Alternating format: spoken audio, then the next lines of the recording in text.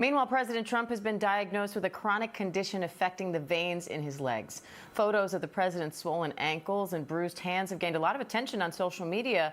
Now the White House says he has chronic venous insufficiency, a condition where veins have trouble moving blood back to the heart. ABC News medical contributor Dr. Lok Patel is here with more on this. So, Dr. Patel, obviously you don't treat the president, but can you just explain more about what chronic venous insufficiency is and what the symptoms are?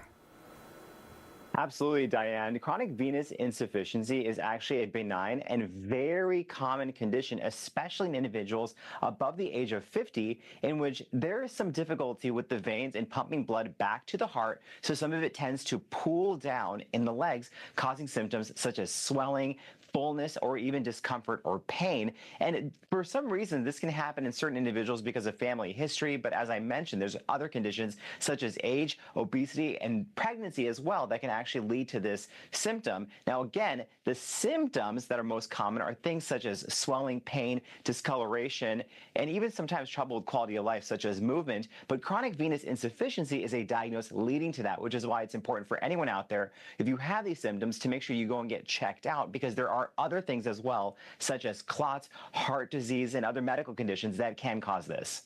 So if people notice these symptoms, what do you do? And then if you get diagnosed, how do you treat it? It's a great question, because a lot of people might say, hey, I had these symptoms once when I was sitting in an office all day for an entire week, or after I took a 16-hour flight, because sometimes gravity can actually make it pretty difficult for blood to efficiently pump back to your heart. What's important is if these symptoms really start to cause noticeable changes, they cause pain, you have trouble walking, or they kind of pop up acutely, to not ignore them and talk to a doctor. Because again, if it's another condition such as chronic venous insufficiency, such as heart disease, it could be serious. Now with chronic venous insufficiency, some of the interventions may be lifestyle ones, such as moving more, changing your diet, managing weight, wearing compression socks, which I love, by the way. And in some cases, you may need to take medications or seek some interventions, such as with the vascular surgeon. And then the president's physician also attributed the bruising on his hand to repeated handshaking and the use of aspirin. What do you make of that? You know, it is possible.